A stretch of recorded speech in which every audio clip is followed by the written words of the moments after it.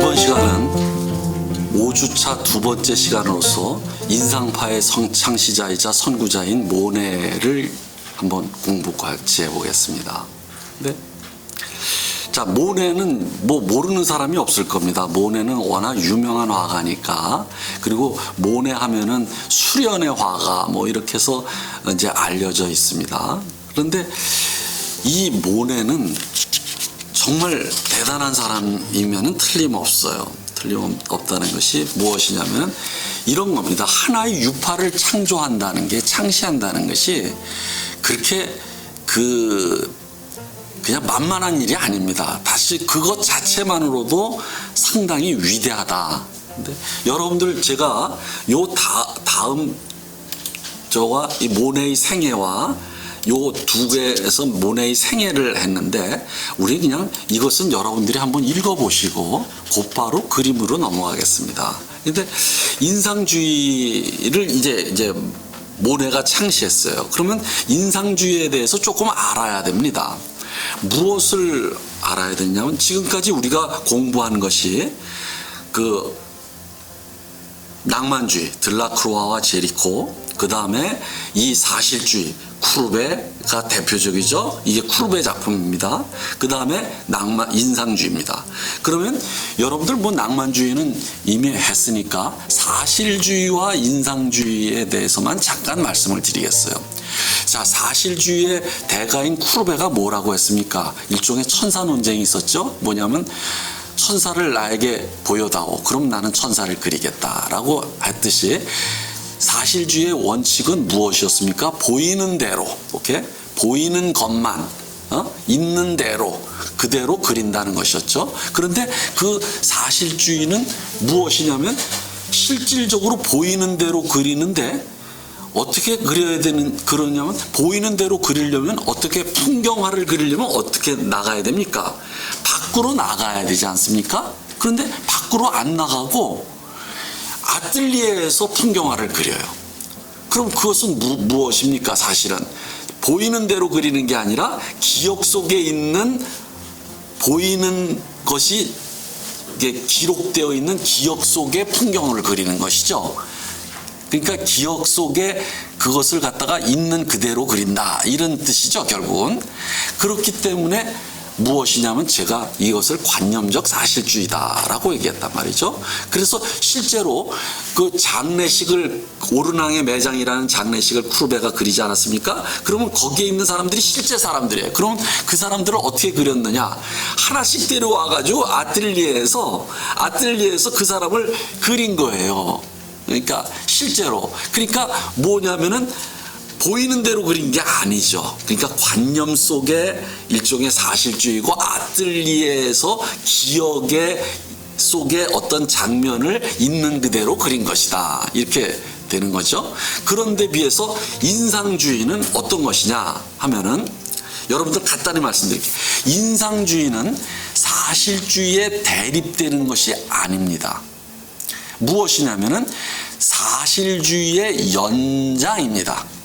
그러면 연장인데 어떤 연장이냐면은 사실주의를 이렇게 너희들은 보이는 대로 그린다고 하면서 아틀리에에서 관념적인 사실주의였지, 있는 그대로 그리려면, 보이는 대로 그리려면 어디로 나가야 되느냐?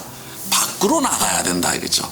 밖으로 나가서 그려야 된다 하는 거죠. 그리고 두 번째 무엇이냐면 여러분들이 무엇인가를 본다고 하지 않습니까? 본다고 할 때 여러분들은 대상을 본다고 생각을 하지만 실제로 대상을 보는 게 아닙니다. 대상에 반사되어서 내 망막을 두드리는 빛을 보는 겁니다. 반사되어서 나오는 빛을 보는 거예요. 따라서 정말 말 그대로 사실주의가 보이는 대로 그린다면은 뭐냐면 빛을 그려야 된다는 것이 나옵니다. 이번에 이게 두 번째가 빛입니다. 그러니까 야외로 나가서 빛을 그려야 된다, 이렇게 이것이 인상주의의 이제 기본적인 생각이었던 거죠. 그러면 이제 거기서 한 단계 더 나갑니다. 그럼 어떻게 빛을 그려야 되느냐 하는 겁니다. 그것이 무엇이냐면 빛 빛이 여러분들 빛이 아주 작지 않습니까? 작아요. 그러면 사물에 반사되어서 나오는 빛을 그린다는 뜻은 그 빛으로부터 받은 인상을 그리는 거예요. 그러니까 인상이라고 하는 게 빛으로부터 받은 일종의 그런 것을 말합니다. 이게 감각, 이게 자극, 이것을 인상이라고 얘기를 합니다. 그래서 그것을 그리려면 어떻게 되냐면 색채를 갖다가 작은 단위로 분할해야 돼요. 오케이? 빛을 그리려면 작은 단위로 분할을 해가지고 그 색을 갖다가 섞어서 그리는 게 아니라, 가령 예를 들어서 여러분들이 주황색 그러면은 노란색과 빨간색을 이렇게 섞어서 여러분들은 캔버스에다 그리지 않습니까? 그게 아니라 이 사람들은 뭐냐면 주황색을 그릴 때 대상에서 받는 인상이 주황색이다. 그러면 노란색과 빨간색을 이렇게 아주 작게 색채를 분할해 가지고 병치를 하는 겁니다. 그러면 멀리서 보면은 어떻게 돼요? 주황색으로 보이는 거죠. 이게 바로 색채 분할법이라고 하는 겁니다. 그러니까 요 세 가지, 그러니까 보이는 대로 그리려면은 밖으로 나가서 빛을 그려야 된다. 그래서 빛을 그린다는 것은 어떤 방법론이냐면 색채 분할법으로서 색을 섞어서 그리는 것이 아니라 두 가지 원색을 그대로 병치를 해가지고 멀리서 볼 때 그런 인상을 받도록 해야 된다. 관객으로 하여금. 그래서 그것을 인상을 그린다 하는 겁니다. 그것이 이제 여러분들에게 잘 이거 한번 보십시오. 이거부터 한번 먼저 봅시다. 제가 이게 개 양귀비꽃이에요. 개 양귀비꽃. 우리나라에도 있죠. 이게 1874년도에 그린 거예요. 그러면 여러분들 멀리서 이게 보십시오. 이 그림을 보면 첫째, 양귀비꽃이 진짜 양귀비꽃이겠어요. 같아요. 그리고 두 번째, 어떤 두 아들과 함께 그 어떤 아주머니가 아주 얼굴이 갸름한 어떤 사람이 착 이렇게 걸어오는 것 같이 느껴져요. 그렇죠? 오른쪽에. 그리고 왼쪽 언덕 위에도 그렇고. 그런데 아주 옷도 잘 입어가지고 가까이 가서 봅시다. 가까이 가서 보면은 어떤 일이 일어나느냐. 여러분들 가까이 가서 보십시오. 지금 화면에 보이시죠? 그러면 뭐냐면 얼굴에 눈, 코, 귀 없습니다. 색이 그냥 딱 하나 찍은 거예요. 점을 찍은 거예요. 아이의 얼굴도 점을 찍은 거예요. 이게 바로 색채 분할법입니다. 근데 멀리서 보면은, 그리고 옷도 말이죠. 옷도 세부적으로 형태가 어떻게 생겼고 어떤 무늬가 있고 그것이 전혀 그런 걸 그리지 않고 이거 까만색과 뭐예요? 회색 같은 걸 갖다 이렇게 했어요. 그러면 치마처럼 보이죠. 멀리서 보면. 그게 아닙니다. 사실 가서 보면은 그냥 이렇게 찍은 거예요. 이렇게 형태가 윤곽이 없어요. 근데 멀리서 보면 윤곽이 있는 것처럼 느껴집니다. 그리고 이 개양귀비꽃도 마찬가지예요. 이것도 그냥 툭툭툭툭 찍었는데 진짜 개양귀비꽃 모양처럼 멀리서 보면 보이지 않습니까? 그런데 그게 아니에요. 이게 그냥 점일 뿐입니다. 점. 오케이? 이게 바로 색채 분할법으로서 멀리서 보면은 개양귀비꽃처럼 실제로 보이고, 그리고 사람의 얼굴처럼 보이고, 그리고 이 꼬마 같은 경우는 무엇이냐면 멀리서 보면은 어떻게 되냐면 개양귀비꽃을 냄새 맡는 것처럼 여기 얼굴에다 갖다 댄 것처럼 보입니다. 그러나 전혀 가까이 가서 보면은 아무것도 아니에요. 그냥 점일 뿐입니다. 얼굴이. 자, 이게 바로 인상주의 기법이다 하는 겁니다. 그것을 아시고 이제 들어가 봅시다. 저는 이제 이 그림을 제일 앞에다 놨는데, 이게 모네의 첫 번째 부인이자 애인이었고 사랑하는 까미유예요. 까미유라는 그림이고, 요 다음이 바로 이 여자가 일찍 죽어요. 일찍 죽어서 뭐냐면 이 까뮤, 임종을 맞은 까뮤를 넣었습니다. 그런데 저는 인상주의 기법을 하면서 왜 이 그림을 앞에다 넣었느냐 하면은, 사실은 여러분들 이 모네가 인상주의자로만 알고 있는데 아, 이런 그림도 그렸구나 하는 것을 지금 여러분들에게 알려주려고 하는 겁니다. 무엇이냐면, 자 봅시다. 여러분들 이 그림은 포즈를 취해 보십시오. 그러면 앞으로 나아가면서, 걸어 나아가면서 약간 몸을 틀어서 뒤로 보면서 뒤를 쫙 아래쪽을 보는 포즈입니다. 이 포즈가. 그렇죠? 그런데 이 포즈와 함께 무엇이냐면 치마를 한번 보십시오. 치마. 그리고 웃옷을 한번 보세요. 치마가 뭡니까? 아주 녹색이에요. 예? 이런 색의 옷이 아주 이 당시에는 돋보이는 색이었을 겁니다. 그러니까 제가 말씀드리려고 하는 것은 거기다가 줄이 쫙쫙 그어져 있어요. 그런데 앵그르의 드 브로글리 왕자의 부인 이 비를 한번 보십시오. 이게 원래 그 당시에 아주 귀족들이며 이런 거거든요. 근데 그 색감을 비교를 해 보십시오. 이 앵그르 고전주의의 이 색감과, 이건 곱고 정말 아름답다고 느껴지죠. 그런데 이 왼쪽에 까뮤의 이 녹색과 녹색 바탕에 아주 까만 줄무늬가 쫙 가 있는 거 있지 않습니까? 이것은 전혀 다른 색감을 우리에게 준다는 겁니다. 그리고 이런 색감을 통해서 이 까미유에 대한 그 누군가가 모네가 까미유를 어떻게 느끼고 어떠한 감정을 갖고 있는가가 이 옷 색깔과 이 포즈를 통해 가지고 이게 드러난다는 겁니다. 그것이 제가 말씀을 드리려고 하는 거예요. 그리고 이 다음 그림도 한번 보십시오.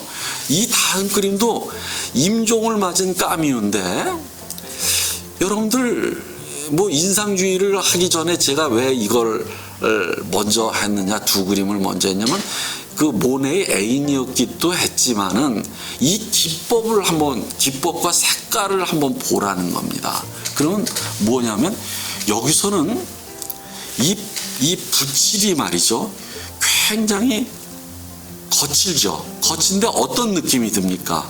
눈보라 같이 돼 있죠. 눈보라처럼. 이게 이 얼굴에 눈보라가 막 이렇게 치는 것 같지 않습니까? 그리고 여기가 어두워요. 이게 검은색에. 그러면 여러분들 이 그림을 보면서 뭐냐면 죽어가는 것이 느껴지죠. 이게. 이것은 무엇이냐면 죽음을 표현한 겁니다. 표현을 했는데 이 붓질과 색깔과 이런 것들이 마치 눈보라 속에 이제 몸이 식어가고 그런 것들이 여기에 그냥 녹아있다, 표현되어 있다. 이것을 따라서 제가 말씀드리려고 하는 것은, 전 시간에 했던 마네나 모네는 단순하게 인상주의가 아니라 현대화의 선구자가 되는 이유가 바로 이런 데 있다. 이제 표현주의로 넘어간다. 사실주의의 중심은 대상에 있습니다. 대상을 얼마나 있는 그대로 그리느냐. 그러니까 사실주의까지는 그리는 대상에 중심이 있었는데 이제부터는 어디로 넘어오느냐면 그 중심이 그림 그리는 화가 자신의 감정과 느낌과 감성과 이런 것을 색채를 통해서 표현하고 그 표현한 감정을 관객으로 하여금 느끼게 만드는 것이 쪽으로 가게 된다 이거죠. 이제 중심축이 대상에서 화가로, 화가에서 관객으로 오면서 관객이 이 그림 속으로 이제 들어가게 된다. 이렇게 이제 말씀을 드린 거죠. 자, 그 다음 그림을 봅시다. 이제 봅시다. 이게 정원의 여인들이에요. 그러면 여러분들 이 그림을 보자마자 눈이 빛이 말이죠. 무엇이에요? 여러분들 이 그림의 빛을 그리기 위해서 이 앞부분에 앞에다가 고랑을 팠다고 그래요. 그래가지고 이 눈높이를 여기에 맞췄다는 거예요. 이 부인들의 이 드레스 있잖아요. 이 드레스에 이 하얗게 쏟아지는 이 빛이, 여러분들 이 드레스를 보면은 눈이 부실 겁니다. 왜냐하면 이 빛을 그렸기 때문에. 마치 여러분들이 이 그림에서 받는 인상이 빛을, 이게 눈을 쏘는 것 같을 거예요. 너무 눈이 환해가지고 마치 건물 안에서 밖으로 나갔을 때 빛이 아주 밝아가지고 눈이 부신 것처럼 이렇게 된다는 거죠. 이게. 그리고 여러분들 이 나뭇잎 하나하나를 이 점을 찍듯이 이렇게 툭툭 찍은 거예요. 녹색을. 그런데 무엇이에요? 이게 진짜로 멀리서 보면은 야외에 나온 느낌이 난단 말이죠. 이런 것들이 그리고 여기 이 길과 그림자와 이런 것이 빛이, 그림자조차도 밝아요. 그런데 이 그림과 여러분들이 지난 시간에 했던, 우리가 누구를 비교를 해야 돼요? 자, 이게 모네의 풀밭 위의 점심인데 이 그림도 마찬가지예요. 풀밭 위의 점심, 이런 것들을 여러 차례 그립니다. 아까 정원의 연인들, 그 다음에 지금 방금 전에 했던 이 두 그림 다 마찬가지예요. 특히나 오른쪽 그림은 풀밭 위의 점심인데 이것도 눈이 부시죠. 하얀색이. 그런데 이 그림은 누구와 비교가 되느냐? 자, 우리가 지난 시간에 했던 마네의 풀밭 위의 점심 식사입니다. 그러니까 똑같은 주제를 가지고 모네와 마네가 이제 이렇게, 그러니까 모네는 마네의 후배로서 마네의 그림을 자기식으로 그린 것이긴 하지만 동시에 그린 게 아니라 자기식으로 그린 거지만, 이 마네의 그림은 지난 시간에 우리가 보았듯이 어땠습니까? 굉장히 관객을 끌어들이면서 관객을 약간 비아냥하고 시니컬하게 약간 비꼬는 듯이 손가락질하고 말이죠. 그런 거 아셨죠? 마치 관객의 관음증적인 욕망을 약간 꾸짖듯이 말이죠. 신란한다라고죠. 이런 것을 그렇게 그래서 제가 지난 시간에 삐딱하게 그린다, 이런 식의 말씀을 했는데, 그것에 비해서 자 보십시오. 풀밭 위의 점심 두 그림을 비교해 보십시오. 이 사람은 진짜 야외에 나와서 화사한 빛을 받으면서 아주 정말 즐겁게 피크닉을 하는 사람들 같지 않습니까? 그리고 이 그림을 볼 때 여러분들도 그 빛의 잔치 속에, 야외에서 정말 공기 속에 이제 막 퍼지는, 이렇게 완전히 그 빛을 여러분들이 받고 있는 느낌이 들지 않습니까? 그러니까 이 그림을 보면은 기분이 좋죠. 근데 기분이 좋은 만큼 그냥 그 이상은 생각하지는 않습니다. 생각하지는 않아요. 그런데 이 마네의 그림은 우리로 하여금 이거 이거 뭐라고 생각해, 이렇게 막 생각하게 합니다. 막 짜증나게 합니다. 그런데 세자는 이제 우리가 다음 주쯤 하게 될 겁니다. 세자는 같이 풀밭 위에 점심 식사를 그렸어요. 이 마네로부터 시작된 풀밭 위의 점심 식사를 그리는 것은 모네를 거쳐 이제 세잔으로 갑니다. 여러분들, 세잔은 완전히 형태가 완전히 없어져요. 그런데 어떻습니까? 이 사람이 이 풀밭 위의 점심 식사가 색칠만 한 겁니다. 이렇게 쭉쭉. 근데 어떤 색칠을 합니까? 여러분들이 이 그림을 볼 때 색의 잔치를 봐야 돼요. 그러면 이 색의 잔치가 보면서 이 그림을 볼 때 여러분들 시원하게 느껴지지 않습니까? 내가 어디에 물 속에 들어온 것처럼, 아니면 시원한 그늘 속에 들어온 것처럼, 숲 속에 들어온 것처럼, 세잔이 그런 겁니다. 그러니까 그런 걸 느끼게 하면 그림이다 이거지. 그림이 좋은 그림이다 이렇게 되는 거죠. 이제 이쪽으로 가서 세잔은 드디어 색을 이제 하게 됩니다. 색의 향연을 하게 됩니다. 자, 이제 그것은 세잔에 가서 하고, 여러분들 지금 이 풀바디의 점심 식사 세 사람, 마네, 모네, 세잔, 이거 이렇게 비교를 하면서 차이를 느끼면서 그들의 그림의 특징 같은 것을 여러분들이 한껏 이게 뭐랄까 느껴보시기 바랍니다. 자, 그 다음에 봅시다. 이게 뭐냐면 생타드레스의 테라스라고 하는 모네의 그림입니다. 여러분들 잘 보십시오. 아주 유명한 그림이에요. 이건 인상주의의 아주 대표적인 그림이고, 근데 여러분들 저 멀리서 물결이 치고 있죠. 물결, 멀리서 보면 물결이 치는 것 같죠. 그렇지 않습니다. 가까이 가서 보면은 어떻게 돼요? 검은색과 파란색을 이렇게 그냥 병렬해버린 거예요, 이렇게. 근데 멀리서 보면 물결이 치는 것 같아요. 그러니까 물결이 치니까 뭐예요?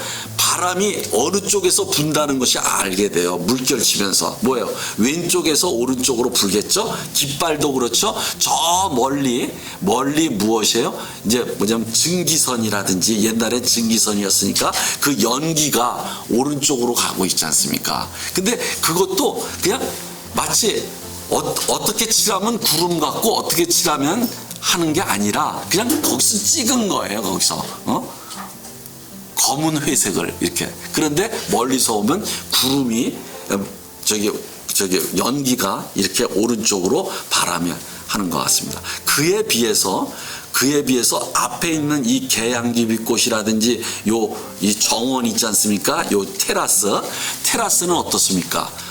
바람의 영향이 없는 것처럼 아주 고요하고 따뜻하고, 이 대비가, 그러니까 야외와 이 테라스의 이 대비가 아주 잘 조화를 이루고 있어서 우리에게 여기에서 한가로이 풍경을 구경하면서 논의는 느낌을 받습니다. 자, 갑시다. 그러니까 이 사람은 기법의 측면에서는, 그리고 주제의 측면에서는 소재와 이런 것은 너무 사실은 단조롭습니다. 마네는 모든 그림을 볼 때마다 관객이 생각을 하게 해요. 생각을 하고 심각하게 우리가 막 여러 가지 뭔가 고찰을 하게 해야 되는데, 이 사람 그림은 그냥 그림을 인상주의 그것 자체로 보고서 느끼고 기분 좋으면 되는 겁니다. 그러니까 더 이상 뭐 설명할 것이 인상주의에는 그렇게 많지 않습니다. 솔직히. 자, 봅시다. 그 다음 그림 봅시다.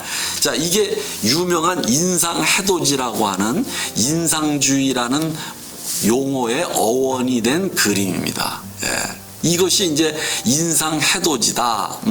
그래, 이렇게 이제 이제 이렇게 한 것은 르로이라고 하는 비평가가 이 그림을 보고서 이게 무슨 그림이야?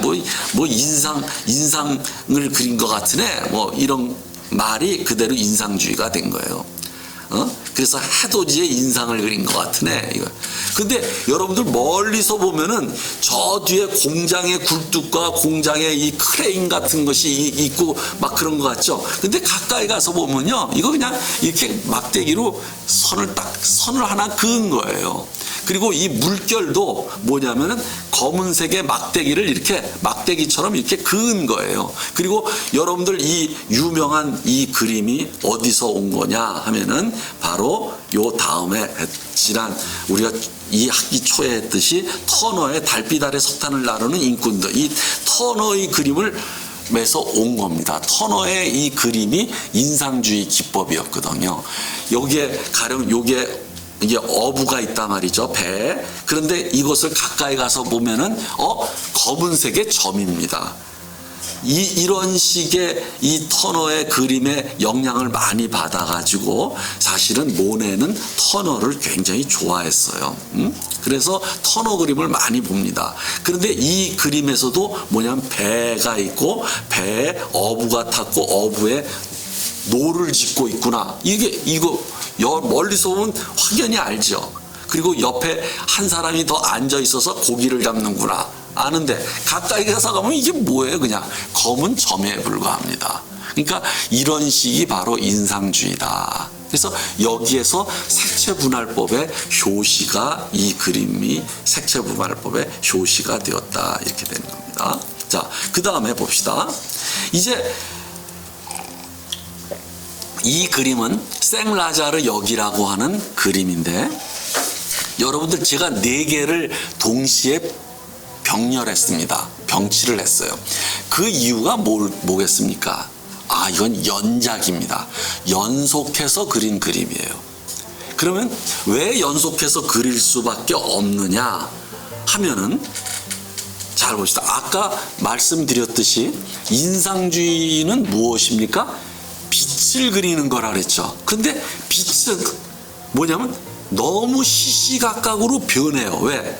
오전에 빛이 다르고 그 다음에 오후에 빛이 다르고 저녁에 빛이 달라요. 그러니까 시시각각으로 빛을 그려야 되는데 빛을 빨리 그려야 되겠죠. 인상을 그걸 빛을 그리려면. 그러니까 두 가지가 나타나는 거예요. 시시각각으로 변하는 빛을 빨리 그릴 수밖에, 빛을 그리려면 빨리 그릴 수밖에 없고, 빨리 그리려다 보니까 시시각각으로 변하는 모든 빛을 뭐냐면 그 순간순간에 이걸 계속해서 연작이 나오게 되는 거죠. 그래서 연작의 개념이 나온 것이 여러분들 다 알다시피 터너의 국회의사당 불탄 화재, 국회의사당 화재 사건 그거 아시죠? 8편인가 9편을 그 자리에서 그냥 계속 크로키 그리듯이. 그러니까 인상주의도 그런 식의 크로키 식으로 빛을 따라가기 위해서 연작의 형태가 나타나는 겁니다. 그래서 이 사람이 지금도 있습니다. 그 파리에 가면 생라자르 역이라고요. 그 생라자르의 역에서 같은 자리에서 지금 같은 위치에 있는 겁니다.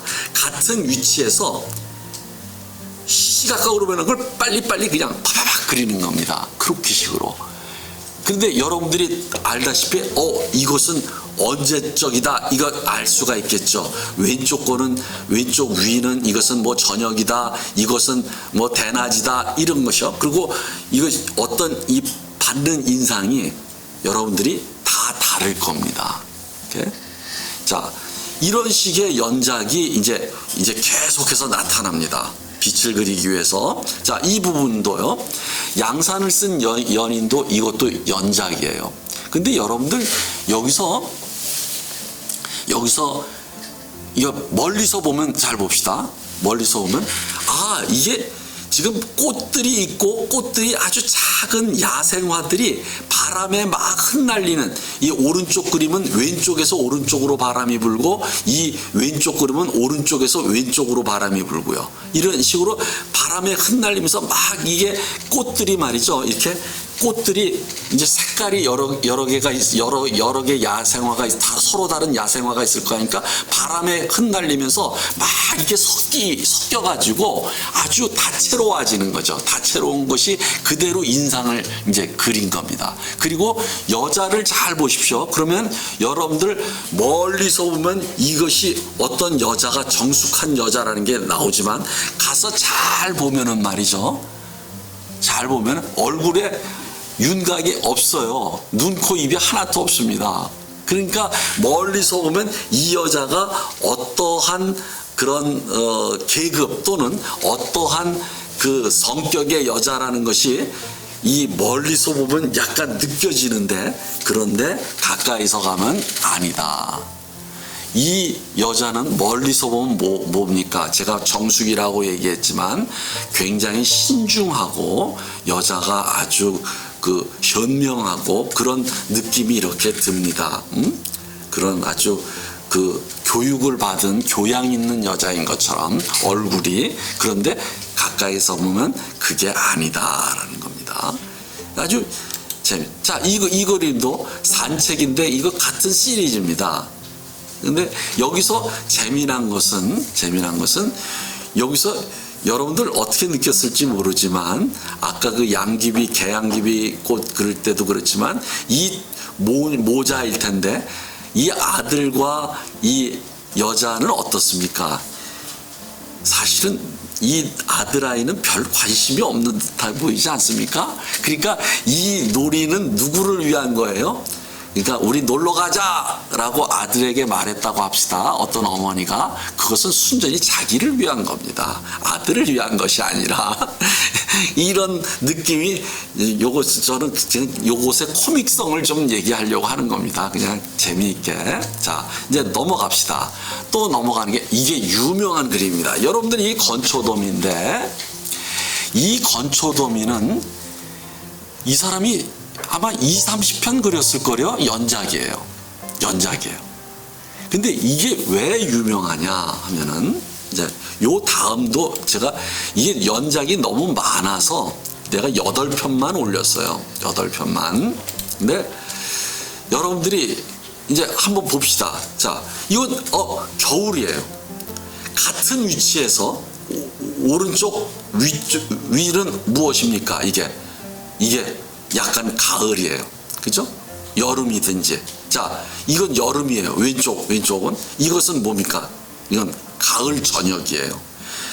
이게 빛이 여러분들 느껴지시죠? 이게. 그런데 요 다음 그림을 봅시다. 요 다음 그림. 이것이 여기서 뭐냐면 이건 완전히 저녁이에요. 저녁 오른쪽 아래 이것은 뭐냐 아침일 것 같아요. 이거는 그러니까 이 빛이 이렇게 다 달라지는 거예요. 그러니까 여러분들 이런 거 있습니다. 여러분들 아침에 나가서 아침에 빛을 받으면 이 얼굴이 빨개져요. 빨간 빛을 받으면. 그리고 저녁 오후에 받으면 이게 하얘집니다. 아까 그 풀밭 위에 점심 때의 그 옷의 빛처럼 하얘집니다. 자, 그런데 이런 거 시시각각으로 변한 걸 이걸 했어요. 그런데 여러분들 지금 여기서 무엇이 이게 위대한 그림이고 이게 굉장히 유명한 그림이냐 하면은 별 구도도 별거 없어요. 근데 무엇이에요? 인상주의가 점점 진행되고 발전됨에 따라서 무엇이에요? 색을 갖다가 툭툭 색채분할법에 의해서 찍게 돼요. 찍게 되면 뭐예요? 이게 색의잔치가 되는 거예요. 아까 방금 전에 세잔 그림을 기억하십니까?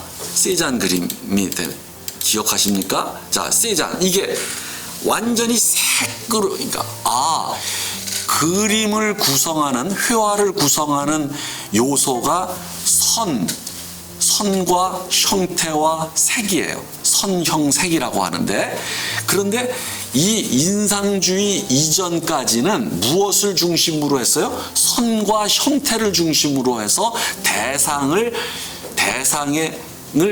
묘사하려고 했습니다. 그런데 이쪽으로 넘어오면서 이제는 회화에서 가장 중요한 것은 무엇이에요? 색이다라고 되는 거예요. 색이 가장 중요하다 이렇게 되는 거예요. 색으로 중심 요소가 바뀌는 겁니다. 그러면서 색의 배합을 통해서 그것을 그림에 느끼게 만드는 거예요. 관객으로 하여금. 오케이? 그것이 되는데 그러면 그것이 어디로 넘어가느냐? 이게 바로 칸딘스키에게 넘어갑니다. 칸딘스키가 러시아에서 법대 교수였습니다. 법학을 했어요. 이제 나중에 칸딘스키를 할 때 나옵니다. 근데 그때 이 누구예요? 모네의 이 건초도미가 뭐예요? 모스크바에서 이것을 전시회를 가졌어요. 이 그림에서 충격을 받아가지고 법대 교수를 그만두고 화가의 길을 갑니다.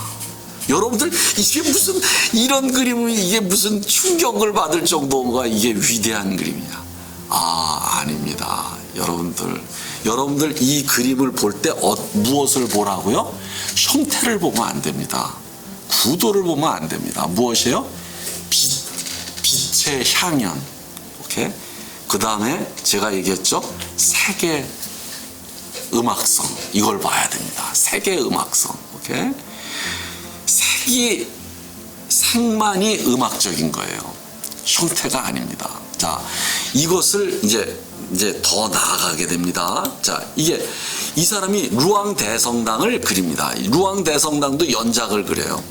그러면 여러분들 어떤 위치에 있냐면 이 루앙이 잔다르크가 거기가 화형당한 곳이에요. 근데 이 잔다르크의 저기가 활약한 이 루앙에 가면 이 루앙 대성당을 꼭 보셔야 됩니다. 근데 루앙 대성당을 이렇게 이것을 그리려면 이 앞쪽에 아파트 2층인가 3층을 전세를 놨다는 게 월세를 들어가서 거기서 계속 그린 겁니다. 계속 이렇게 계속 눈높이에. 그런데 이게 날씨가 안개 낀 날씨, 비 오는 날씨, 그다음에 이것을 그린 거예요. 그리고 심지어는 이 사람이 이 당시에 백내장에 걸려가지고 눈의 시력이 나빠져요. 그래가지고 이렇게 그려요. 흐릿하게 그려요. 그런데 그렇게 그렸는데 오히려 루앙 대성당의 그 위엄과 이게 정말 종교적으로 우리에게 느껴져 옵니다. 그러니까 이게 오히려 루앙 대성당의 그 정말 본질, 성당의 본질은 무엇입니까? 신성함과 위엄과 이런 것이지 않습니까? 우리에게 뭔가 그런 걸 경건하게 느끼게 하는 그런 것이 바로 성당의 본질 아닙니까? 그것이 색을 통해서 오히려 전해지는 거죠. 자, 이러면서 이제 세잔으로 넘어가게 되는 거예요. 세잔으로. 자, 이제 이 그림을 봤죠? 이게 루앙 대성당이에요. 루앙 대성당. 그런데 이 사람은 또 무엇을 그렸냐면 여러분들 이 사람이 터너가 저기 국회의사당 화재 사건을 연작으로 그렸다 그랬죠? 9편인가? 그런데 이 사람도 터너를 존경해서 그런지 좋아해서 그런지 이 사람도 아예 런던 국회의사당을 가서 또 그립니다. 이것을 똑같은 위치에서 똑같이 그려요. 그러면 여러분들 지금 이 기법을, 이 연작의 이 기법을, 모네에게서 배운 이 기법을 여러분들을 한번 응용해 보세요. 사진에 응용해 보십시오. 그러면 여러분들이 아주 좋을 겁니다. 무엇이냐면은 여러분들 아파트 베란다 같은 데 있지 않습니까? 베란다에다가 삼각대를 해가지고 카메라를 여러분들이 좋아하는 어떤 것에 맞춰놓고 그냥 그대로 놓고 아침에 한번 찍고 저녁 때 와서 심심하면 찍고 또 밤을 새워서 2시까지 있을 때 2시에 또 한번 찍고 새벽 2시에 그러면서 계속해서 봄, 여름, 가을, 겨울 엄청난 작품이 됩니다. 네, 아셨죠? 여러분들 이 기법을 여러분들이 사진에도 영향하시고 그리고 똑같이 여러분들이 이제 자녀를 갖게 되면 이제 막 자녀가 어렸을 때 사진을 많이 찍습니다. 그러다가 애가 커지면 이제 사진이 없어져. 그렇게 하지 말고 똑같은 데다 삼각대를 놓고서요. 아주 뭐냐면 아이를 딱 앉혀가지고 어느 좌석에 앉혀가지고 매일 찍어 보십시오. 매일. 오케이? 그러면 정말로 이게 좋은 작품이 나옵니다. 여러분들에게 좋은 걸 가르쳐 드렸으니까 여러분들 한번 이 모네의 기법을 사진에도 한번 응용해 보시라. 자, 우리가 이 모네의 포플러는 누구를 할 때 했습니까? 여러분들 봤죠? 이게 연작이에요. 터너의 모크레이크의 테라스 이거. 똑같습니다. 자, 여러분들 이것이 인상주의적이라는 것을 감안하고 보시고 그러면 여러분들 이 네 그림 중에서 여러분들은 어떤 그림이 가장 마음에 듭니까? 저는 사실은 이 오른쪽 아래 그림입니다. 오른쪽 아래 그림이 점점 어떻게 보니까 나머지 세 그림은 그래도 이게 쭉 올라가는 선과 이게 형태가 느껴지죠. 보이죠. 근데 오른쪽 아래 그림은 어떻게 됩니까? 이제 드디어 그런 형태가 거의 없어져요. 없어지면서 추상화로 갑니다. 그리고 색채뿐이에요. 그런데 우리는 여기서 어떤 인상을 봤습니까? 지금 굉장히 바람이 분다라는 것을 인상을 봤습니다. 이렇게. 자, 이런 것이 바로 인상주의가 이제 가는 것이다. 자, 다음 그림으로 갑시다. 다음 그림은 자, 이제 고흐의 붓꽃이에요. 아이리스. 근데 왼쪽이 바로 모네의 아이리스예요. 그러면 여러분들 이 고흐가 인상주의 다음에 나오거든요. 그러면 고흐의 아이리스와 모네의 아이리스는 무엇을 그렸을까요? 이게 잘 봅시다. 그럼 우선 고흐 것이 굉장히 쉬워요. 이게 같은 아이리스예요. 그런데 고흐의 그림은 뭐예요? 마치 수초처럼 이게 물 속에 있는 아이리스를 그린 것 같아요. 그런데 왼쪽에 있는 모네의 아이리스는 무엇이냐면 약간 뻣뻣하게 이렇게 치솟는, 오케이? 그러니까 뻗치는 듯한 그런 날카로운 아이리스라는 느낌이 듭니다. 그러면서 이게 하늘을 향해서, 지금 하늘이 실제로 밑에서 그렸기 때문에 하늘로 이렇게 비쳐 올라가는 것 같습니다. 그러니까 같은 것을 그리는데도 이렇게 인상이 다른 인상을 우리가 받는다는 거죠. 이게 바로 이제 추상화가 가서 그 화가의 감정을 표현하는 것을 위주로 이제 변화가 된다는 겁니다. 자, 그러면 이런 것은 이제 또 넘어가 봅시다. 자, 쿠르베의 에트르타예요. 이건 쿠르베 할 때 했죠. 그리고 오른쪽에 있는 게 왼쪽에 있는 게 모네의 에트르타예요. 그런데 오른쪽에 있는 것은 죽은 바위, 물론 바위가 죽었죠. 그리고 바다도 움직임이 전혀 없어요. 그러니까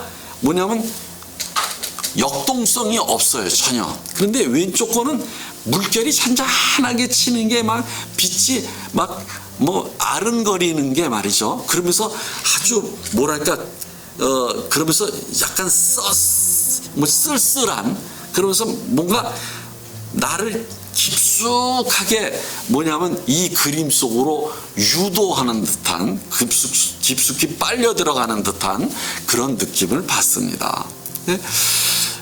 이게 인상주의가 오히려 쿠르베의 사실주의를 이어받았지만 훨씬 더 사실에 가깝게 그리게 되는 이게 이유가 여기에 있습니다.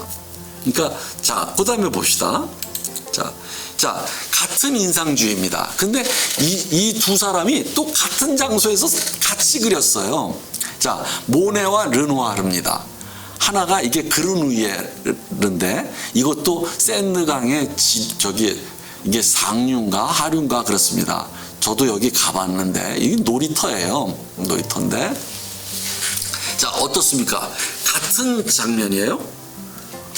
같은 장소예요. 근데 모네는 가을을 그렸어요. 그죠? 르누아르는 봄이에요. 그런데 르누아르의 그림은 어떻습니까? 약간 줌으로 땡겨서 초점을 맞추지 않은 상태로 약간 흐릿하게 됐어요. 그러니까 봄날에 이렇게 아지랭이 속으로 이렇게 되는 것 같아요. 근데 왼쪽에 모네 그림은 굉장히 청명하면서 무엇이에요? 건조한 공기, 그런 느낌이 확 들죠. 그러면서 모네는 뭔가가 약간 쓸쓸하기도 해요. 근데 르누아르의 그림은 일종의 정말 계절도 계절이지만 화사하고 따뜻해요. 그리고 전묘법도 이렇게 보면은 색채 분할법도 물결을 그린 걸 잘 보십시오. 르누아르의 물결은 좀 더 커요. 이렇게 넓적하고 커요. 이렇게 색채 분할법이. 그런데 모네는 이게 아주 자라요. 더 작다 이거죠. 물결이 친다 이거지. 그러니까 그런 그래서 르누아르는 마치 뭐냐면 물 속에 무엇이 반영되어 있는 것 같아요. 그러니까 바깥에 그 녹음이 반영되어 있는 것 같다 이거죠. 자, 넘어갑시다. 자, 요렇게 같은 자리에서 같은 장소에서 같은 인상주의파가 그렸는데 서로 다른 인상을 주는 것이 이게 바로 인상주의다 이거죠. 오케이. 예. 그러면서 자 가봅시다. 이게 뭐냐면 그 유명한 뭐예요? 지베르니의 정원입니다. 이 사람은 모네는 일찌감치 살아생전에 유명해져요. 그러니까 자기가 돈을 많이 법니다. 돈을 벌어가지고 이 파리의 서쪽이죠. 서쪽 약간 남쪽에 서서남쪽 좀 되는 그 지베르니의 시골인데 거기에 엄청난 땅을 삽니다. 그래가지고 거기다가 자기가 연못도 만들고 내도 지나가게 하고 엄청나게 큽니다. 그러니까 엄청나게 부자가 된 거죠. 우리나라식으로 말해서 평수로 말하면 제가 그냥 대충 잡으면 한 2만 평 정도는 될 거예요. 굉장히 큽니다. 그러니까 이 지베르니 정원이. 예, 그런데 여러분들 갈 필요 없어요. 왜냐하면 여기에는 모네의 그림이 없거든요. 모네의 그림이 없고 이 사람이 이게 일본 사람한테 넘어갔다라고 얘기를 하고 모네가 또 일본의 우키요에에 많은 영향을 받아서 일본 우키요에를 많이 수집을 해요. 그래서 이 지베르니 정원에 가면은 실제로 이 사람이 이 그림을 그렸다라는 것만 우리가 확인할 수 있지 거기에 가면은 전부 일본 사람들 우키요에 파나밖에 없어요. 그러니까 갈 필요 없어요. 여러분들. 제가 그런데 이 그림을 보려면 어디를 가야 되느냐 하면은 파리의 오랑주리 박물관이라고 있어요. 띨르리 아까 그 마네를 할 때 띨르리 공원을 했었죠. 그 띨르리 거기 앞에 있습니다. 오랑주리 미술관이에요. 거기를 가시면 됩니다. 그런데 제가 이 그림을 이 사람은 200편 정도 그렸습니다. 이 지베르니의 정원을. 그리고 지베르니의 정원의 이 연못 그리고 무엇이에요? 그 내가 있어요. 내가 흐르는데 그 내에 그 수련을 많이 심었어요. 이 수련. 그런데 여러분들 지금 여기에 보십시오. 이 연작이 엄청납니다. 여러분들 지금 이게 가장 위대한 그림이라고 하는데 마지막 작품이에요. 그리고 근데 여기서 봅시다. 이 그림을 여러분들 진짜 수련을 보고 있는 것 같죠? 그리고 이 정원에 여러분들 이 정원에 진짜 가보면은요. 멀리서 본 이 모네의 그림과 똑같다는 걸 알게 돼요.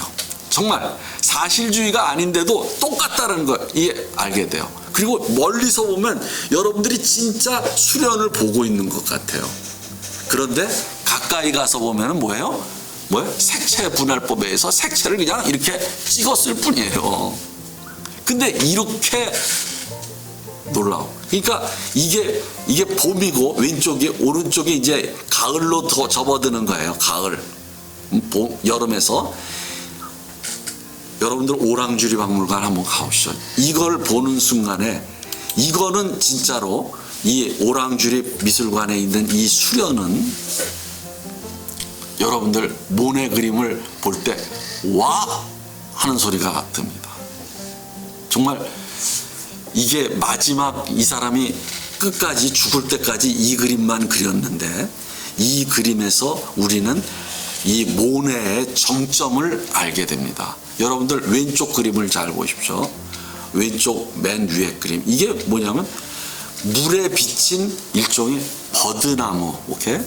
물에 비친 버드나무를 그리니까 왼쪽 아래도 마찬가지예요. 그런데 여러분들 어떤 인상을 받습니까? 하늘이네 이렇게 됩니다. 여러분들 물과 하늘을 같이 겹친 겁니다. 그러니까 이게 거의 총체적으로 그린 셈이죠. 근데 제가 말씀드리려고 하는 것은 그게 아니라 무엇이냐면 일종의 하늘의 빛을 물 속에 담았다 이거죠. 물 속에 제가 그걸 말씀을 드리려고 하는 겁니다. 근데 이 그림 하나하나가 오른쪽 위도 마찬가지예요. 비친 거예요. 이게 물에 비친 건데 그 빛, 하늘의 빛에 의해 가지고 물 속에 그림 저기 비친 것을 이걸 그 빛의 인상을 그린 거예요. 근데 놀랍습니다. 정말 어떻게 이렇게 그릴 수가 있을까? 스킬의 측면에서도 놀랍습니다. 근데 여러분들이 이 그림에서 이제 받는 인상이 제가 놀랍다라고 말을 했는데 지금 이런 것은 일종의 추상화로 가게 됩니다. 어떤 추상화로 가느냐 하면 여러분들 나중에 우리가 하게 될 파울 클레라든지 이런 이제 칸딘스키라든지 이런 쪽으로 가면서 어떻게 나타나느냐 하면 여러분들 이런 거 있습니다.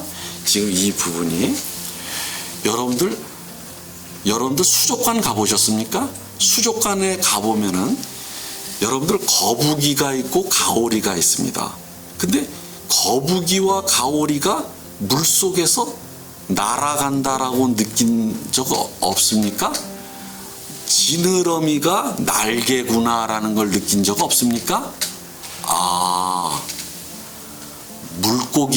물고기, 가오리나 거북이는 무엇입니까? 물속에 사는 새입니다. 그러니까 새와 물고기가 같이 추상화됩니다. 이렇게. 그런 것을 지금 제가 그러니까 물이 하늘을 담고 있네 이런 겁니다. 하늘의 빛을 물이 담고 있네. 이것이 점점 가게 되면은 이게 하나가 됩니다. 이게 막 뒤섞이면서 변형되고 그렇게 된다는 겁니다. 그러니까 여러분들이 제가 이 그림을 보면서 느낀 것을 똑같이 여러분들이 느꼈다면 여러분들은 이 그림을 잘 보신 거다고 생각됩니다. 아무튼 이 모네는 하늘을 담은 수련 그리고 연못을 물을 그렸습니다. 감사합니다.